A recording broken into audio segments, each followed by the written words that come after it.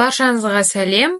Алтын ілмектер арнасына қош келдіңіздер. Бүгін сіздермен біз осындай керемет үйге немесе сыртқа киетін аяқ киім тоқуды үйренеміз. Бізді жоғалтып алмас үшін арнамызға тіркеліп алыңыздар. Ал енді бізге керекті заттар. Осындай табан, бұл табанды сыртқа да, үйге де киюге болады. Және осындай жіп. Мен бүгін осындай жіппен тоқимын. Ализа Дива. Бұл жіппен сыртқа арналған кроссовки тоқыса да болады. Арнайы менің сабағым бар. Және қайшы мен крючок керек. Бұл жіпті біз 2 қабаттап тоқимыз. Табан жайлы айтсақ, бұл табан басқа табандарға қарағанда ерекше, әдемі. Сыртқа да арналған аяқ киімдерді тоқуға болады. Ал жіпке көшетін болсақ, бұл жіпті біз 2 қабаттап тоқимыз. Мен осындай жіпті орап дайындап алдым. Қазір осы жіппен тоқимыз. Бұл жіп өте жұқа, сол себепті мен 2 қабаттап тоқыдым. Ал енді біздің аяқ киімімізді бастайық.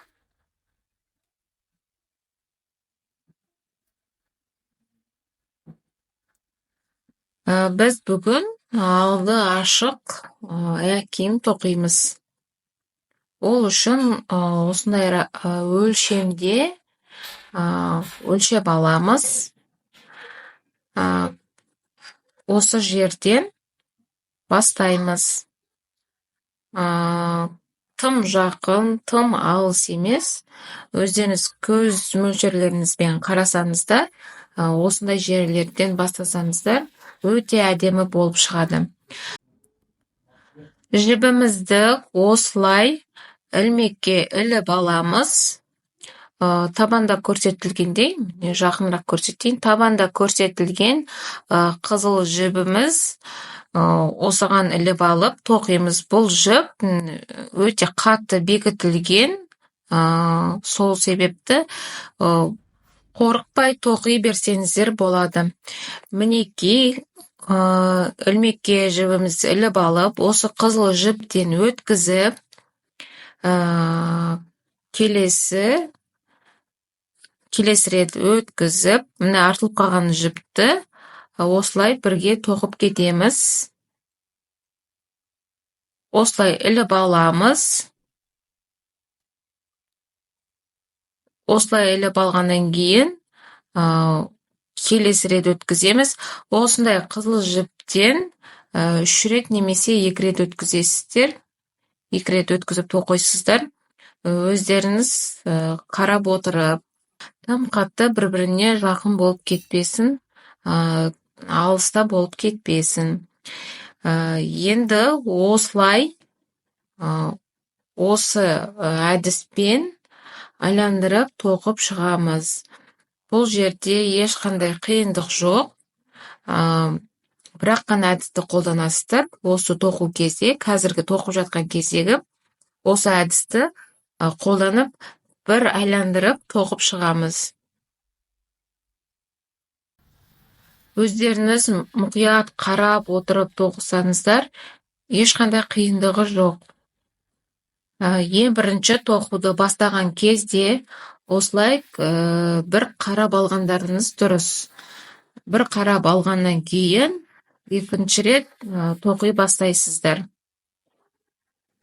Осы жерде сіздерге түсініксіз болса, мұқият қарап, көріп, қалай тоқылу керек екенін көріп барып тоқығандарыңыз дұрыс. Бізде бұл жерде ілмек, екінші размерлік ілмек,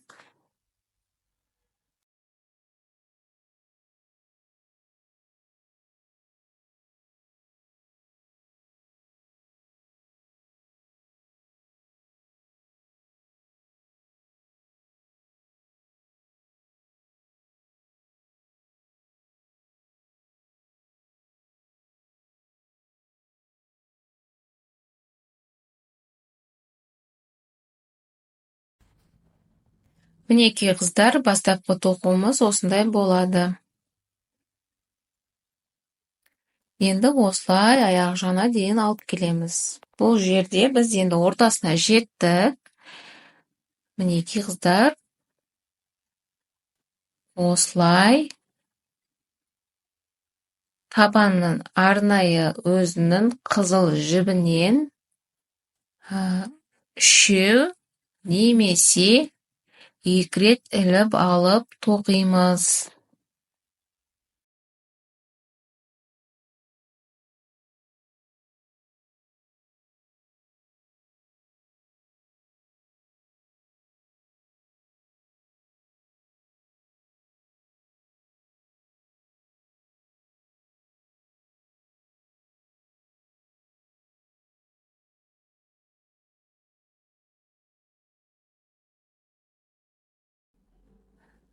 Мінекей қыздар, аяқ жағына жеттік, бір айландырып, бір қатармен тоқып алдық.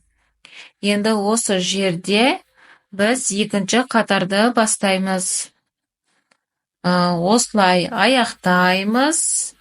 Осылай аяқтағаннан кейін өлшейміз. Міндетті түрде өлшейміз. Екі жағы бірдей болды ма екен деп. Осылай жібіміз арқылы өлшеп аламыз.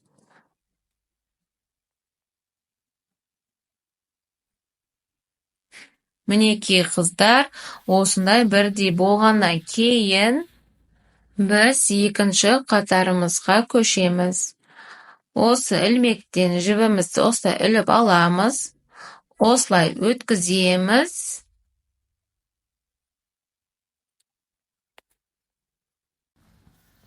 Осылай өткізіп алғаннан кейін табанымызды өзімізге қарай бұрып аламыз. Енді біз екінші қатарымызды, мінекей, екінші қатарымызды екі рет жоғарғатай іліп аламыз жібімізді. Мінекей қыздар, осылай бірінші тоқылған қатарымыздағы көзден алып, осылай іліп алып, жоғарғатай бір рет іліп алып, екі рет іліп алып, жоғарғатай көтереміз. Мінекей қыздар, келесін осылай іліп алып, бір, екі рет жоғарғатай көтереміз.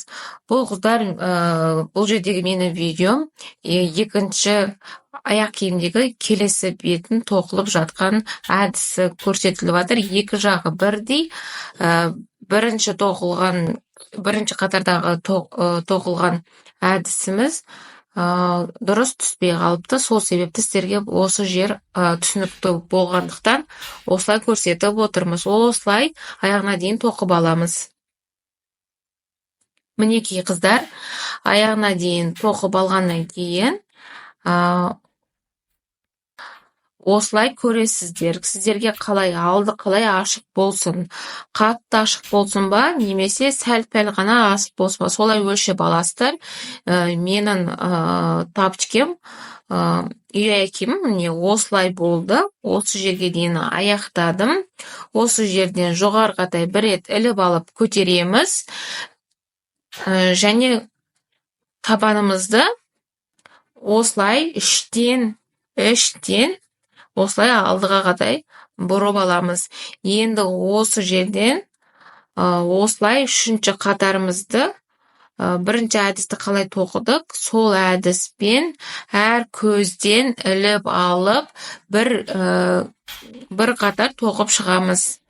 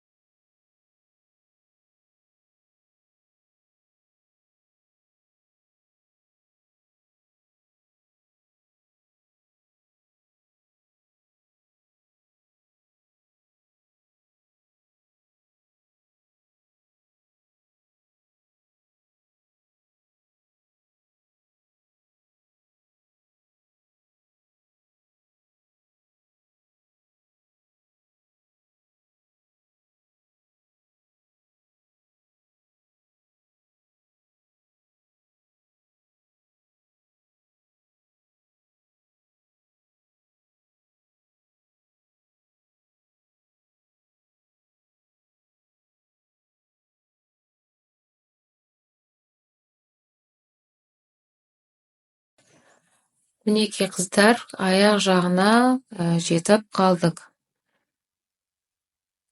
Осылай аяғына дейін тоқып алғаннан кейін біздің осы табандағы осы бірінші беттегі тоқылған әдісіміз осымен бітті. Енді осы жіпті артығын осылай қиып алып тастаймыз. Осылай жібімізді тартып алып өткізіп аламыз. Мінекей қыздар, осымен осылай тоқыған әдісіміз аяқталды. Осы жерден жібімізді түйіп тастаймыз. Осылай өткізіп аламыз жібімізді. Осылай өткізіп алғаннан кейін осы жіпті керісінше қайтадан өткіземіз. Солай бірнеше ары-бері өткізіп жібімізді түйіп тастаймыз. Түйген кезде де қатты томпиып кететіндегі бірнеше рет түйіп тастамаңыздар. 2 рет немесе 3 рет жақсылап тұрып түйсеңіздер, сол жеткілікті.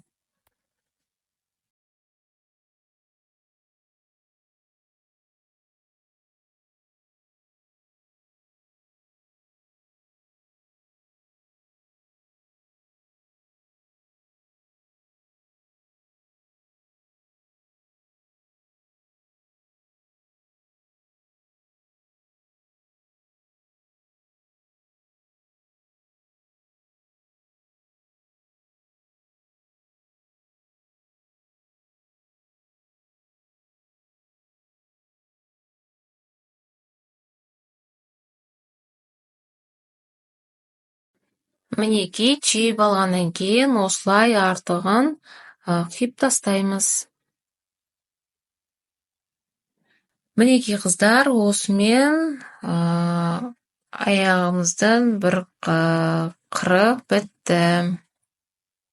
Осылай табанға тоқимыз. Енді келесі бетін тоқимыз.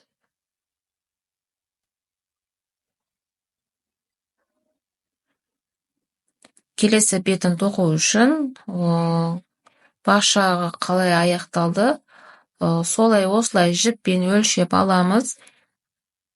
Осылай жіппен өлшеп, белгілеп, сол жерден бастаймыз.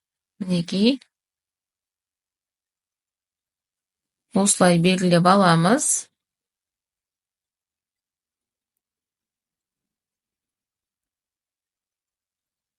Мінекей қыздар, осы жерден осылай белгілеп қойыңыздар. Осылай белгілеп қойғаннан кейін осы жерден бастаймыз. Екінші жағын, табанымыздың екінші жағын жоғарғы жақтан бастаймыз. Жоғары жақтан бастаған кезде төменге бір түсеміз, жоғары көтерілеміз. Содан кейін жіпті үзбей бастап кетеміз. Сол себепті осы жоғарғы жақтан бастаған ыңғайлы. Осылай төменге қарай тоқып аламыз.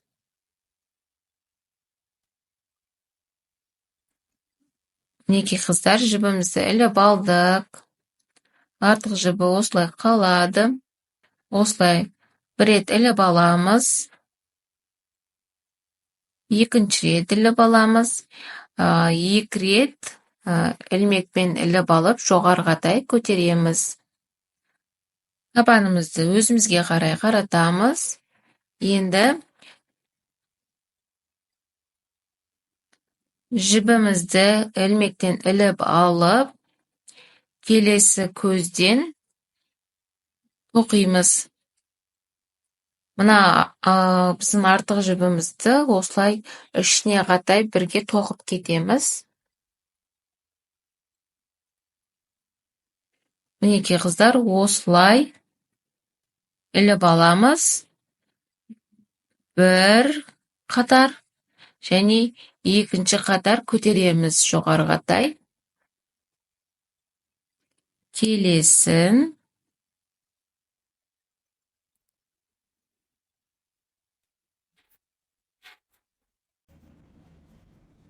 Келесін іліп аламыз. Осылай бір қатар. Және екінші қатар жоғарғатай ілмекпен көтереміз. Бұл жерде басындағындай ешқандай қиындық жоқ. Міне біз осылай тоқып жатырмыз. Осы әдіспен аяқ жағына дейін осылай тоқимыз. Басында бір рет іліп алдық. Осы жерде екінші қатарымызды екі рет іліп алып, жоғарғатай екі рет көтеріп, сол әдіспен тоқимыз.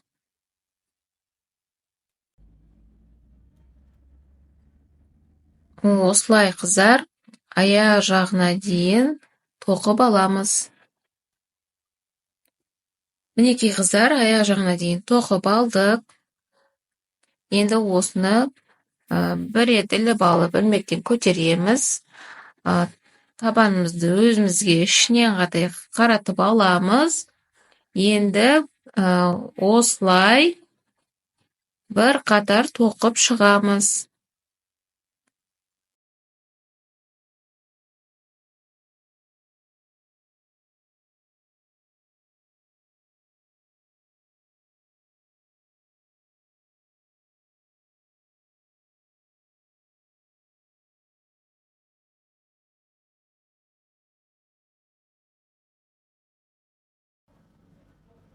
Міне қыздар, осылай аяқ жағына дейін тоқып аламыз. Мінекей қыздар, тоқып біттік. Екі қатарымыз да тоқылып болды. Енді қыздар, енді бетін тоқимыз. Осы жерден ілмегімізбен 20 рет осылай жоғарғатай іліп аламыз. Біреу, екеу, үшеу, төртеу, бесеу. Мінекей қыздар, осылай 20 рет іліп аламыз.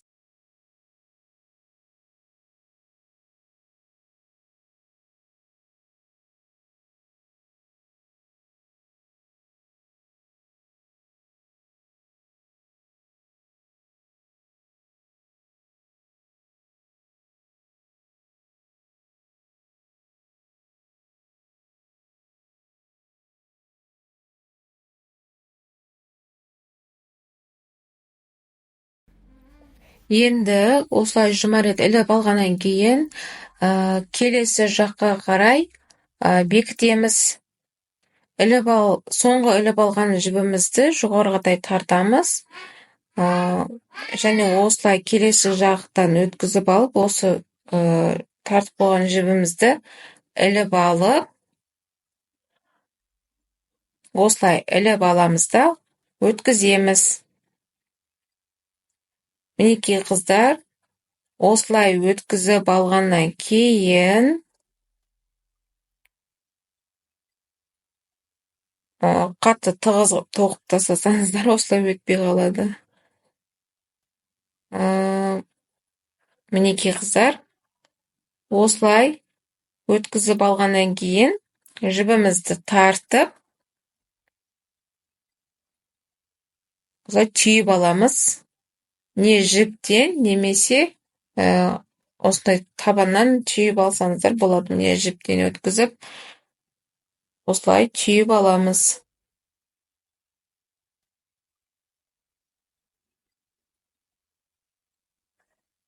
Мінекей қыздар, осылай біз түйіп алдық. Осындай болды. Осылай түйіп алғаннан кейін өз тоқып атқан аяқ киімімізді өзімізге қаратып, осы жерден екінші көзден ілмегімізді өткізіп аламыз. Осы жібімізді осылай өткізіп алғаннан кейін осылай өлшеп аламыз. Қатты тығыздап тартып тастамаңыздар. Осылай іліп аламыз. Іліп алғаннан кейін осы жерде мұқият қарап отырыңыздар. Негізі әр көзден өткізу керек, бірақ менің ілмекпізім екінші размерде болғаннан кейін үлкендеу болып тұр. Мен негізі өзім осылай тоқимын, осы әдіспен, сол әдісті көрсетейін сіздерге. Мінекей осылай 1, 2 рет іліп аламыз. Мінекей ілмектен іліп алғаннан кейін осы жібімізді айландырып іліп алып 1, 2 рет іліп аламыз. Осылай мұқият қарап отырсаңыздар, өздеріңіз түсініп аласыздар. Мінекей қыздар, осылай 18 рет іліп аламыз аяқ жағына дейін. Егер сіздердің жіптеріңіз ұзын болып, орта жағы тым қатты ашылып жатса, онда 20 рет іліп алсаңыздар болады.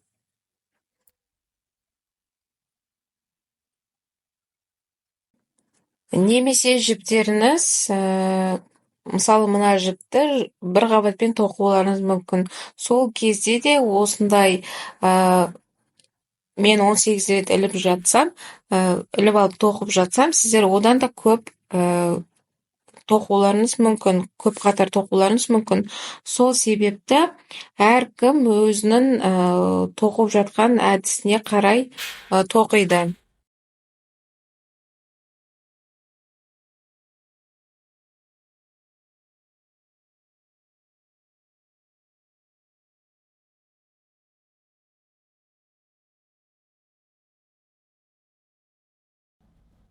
Мінекей аяғына дейін тоқып алдық. Осы жерде мен 18 рет тоқып алдық. 18 рет іліп, жоғарғатай 2 рет көтеріп, тоқып алдық. Мына жерде санаған кезде 18 шығу керек. Мінекей қыздар, барлығы 18. Осыны енді осылай бекітеміз.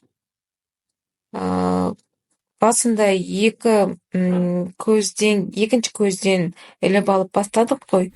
Осы жерде де дәл солай аяқтаймыз. Міне 1, 2. Екінші көзден ілмегімізді өткізіп алып, осы жібімізді іліп алып, осылай бекітеміз. Мінекей, мына жібімізден жоғарғатай көтереміз. Осылай жібімізді шығарып алғаннан кейін түйіп аламыз жібімізді. Не жіптен, не табаннан өткізіп, осылай түйіп аламыз. Енді біз арғатай осы аяқ киіміміздің бетін жауып тоқу керекпіз.